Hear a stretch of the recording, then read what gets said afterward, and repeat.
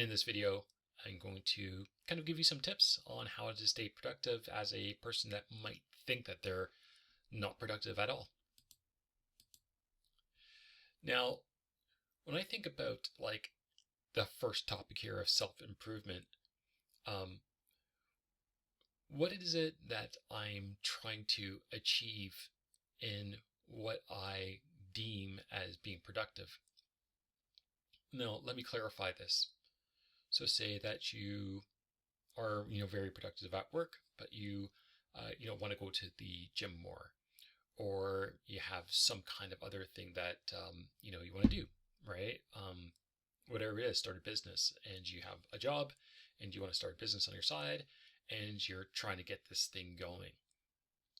So you're productive in one area, but you find that this other thing that's you're really passionate about, you're not productive in, or it's not getting to where you want it to be.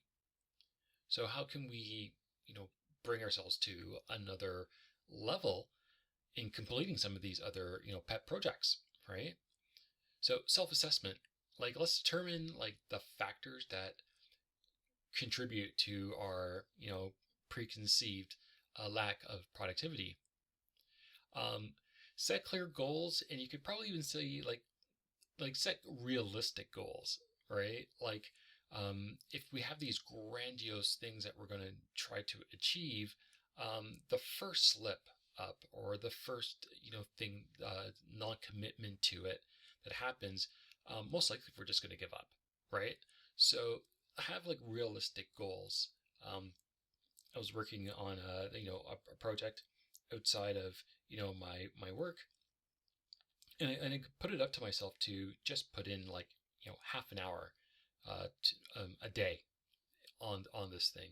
And I found over the span of like weeks, and weeks become like months, and time goes on, that you have like a body of work, just from this like really small amount of time that was consistently done through weeks and months.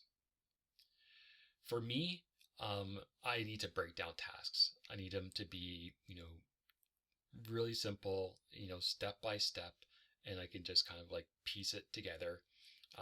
There's always going to be flexibility in life. Things are going to happen, but there is like a step by step approach to it. It's not this thing that's out into the ether and you're staring at it. Like there's fundamental components that you're putting together, and with all those components together, you have a whole at the end of it. And that's kind of how I like to transition myself when I'm going about my tasks, right? Another really great thing is just having a routine. If it is a routine that you are doing this thing in a consistent manner, 15 minutes, 20 minutes, half an hour every day, then you're going to see that it just becomes like a natural thing to do. And it's a really great point that you get to when you just kind of like break these things down and just carve out like a little time out of the day, but make it consistent, and make a slot for it, right? That this is your time to do X, and remove yourself from all the other things, all the other distractions, even if you have to say, go to a coffee shop, or go to a library, or just distract yourself and remove yourself from everything and just focus on this thing for the 15, 20 minutes, half an hour, or even longer if you have the time to do so. Prioritize and plan. And even though I'm putting this together, I still really work on a lot of this stuff. So prioritizing my tasks, like what's on the top list? If I have, a set, piece by piece thing, do I have like, structured, information that I'm attaining on completing this specific goal, with the, the forethought of how, each, next milestone is based off of, a milestone that you have, completed previous to it, right? Because it's all these like little steps that you're kind of doing, and you're just getting further and further and further, and putting more and more of a body of work to it. As was said on the last slide, removing distractions, put yourself in an area where you can just be there doing this particular thing. uh, productivity, techniques. These could be like, Jira boards, or, like post-it notes, or, things that your, Excel spreadsheets, all these different types of, tools that you can use, that you can slot and prioritize, and, give notifications, and, kind of do things like that. It doesn't have to be an extreme, but if you're a business owner, your thought of how you're going to schedule all these things and slot out time are going to be maybe a lot more, more complicated. And for a person who, has a full-time job, most of the meetings that I have to do are from work. They're slotted already for me. But if you kind of have to think about all these other things, and even if you do have a job, you're still slotting out in between, say, a work meeting at 3, and picking up the kids at 3:45, right? So you kind of have to juggle with it depending on your lifestyle, and the dependents in your life too, right? Because we're all like a kind of like a cohesive environment. Organization and accountability.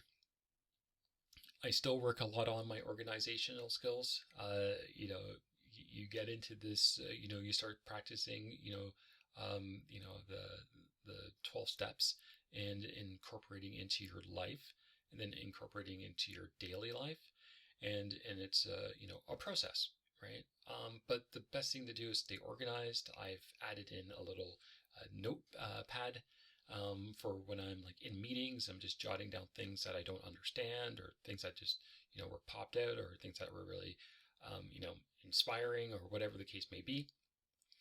And that's something that I use. But you need to find something that's going to allow you to stay organized. Reflect and adjust. Continuously assess your productivity methods and see, like, are these new things that you're adding, are they working for you? Are they not working for you? Are some of the plannings and things that happen throughout the day, um, you know, foreseeable? Reward yourself. Set up a system to celebrate achievements, no matter how small. And the big thing here is that, like, a small win is still a win, right? And we always have to remember that. Seek support and accountability. Find a trusted person or a group to help you stay accountable with your goal, right? Like, it's the whole thing of having a community for the thing that you're trying to achieve, right? So if you're, a business owner, and you are, looking for better business type of techniques, then you're going to, join things like that. If you're in recovery, you're going to have a recovery circle. If you're into, cars or hiking or whatever, having that community allows you to stay accountable, because you're kind of like merged with these people, and you're doing this thing, and you're talking about it, and you're excited, and those are your people, right? So it's always good to have a community, and there's always something out there for everybody, so you just have to find it. Health and mindset. It doesn't matter how much stuff you have in the world or how much you don't have. If you have your health, you have wealth, and we always have to remember that. Health and wellness. Prioritize sleep. I need to do this more. Exercise. I'm guilty. Healthy eating. You got me again, but I'm trying, right? Learn to say no. Protect your time by not overcommitting. And this is a big one too, because I know for myself, I would like to people please, and sometimes it's too much, and you have to set your boundaries. You got to manage your energy, not just your time. The most precious thing that we actually have in this world is our time. So align the things, the tasks, to the energy levels that you have for it, and embrace imperfection, folks. Focus on progress and learning from the mistakes, right? Where the mistakes that we learn, that we do, teach us, in the end, when you kind of look back at it, and you've walked a few miles around the sun a bit, you start to understand that a lot of these mistakes that I know that I did when I was younger, I'm lucky enough to say that I've been able to learn from them and to have grown from them as well. In closing, this is the most important thing, and it's a mantra for me. It's progress, not perfection. It is a powerful mantra for our personal development and for our productivity. It emphasizes the importance of valuing continuous improvement over an attainable goal, an unattainable goal of perfection. So thank you for listening to this video. I'm your 12-step practitioner, and I'll see you next time. Bye for now.